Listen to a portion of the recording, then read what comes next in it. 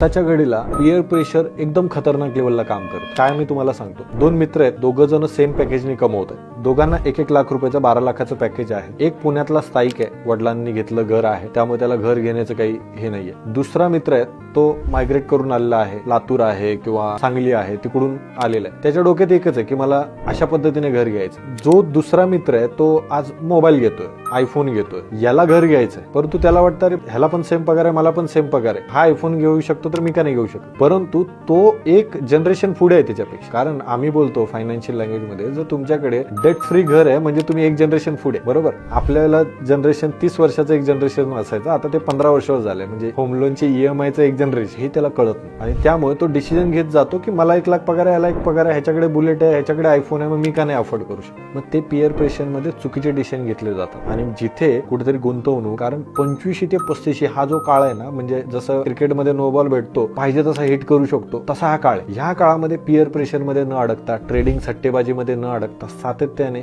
SIP आणि मनी मॅनेजमेंटवर जर focus केला तर मला वाटतं तो 1 ते 10 वर्षामध्ये एक जनरेशन पुढे जाऊ शकतो.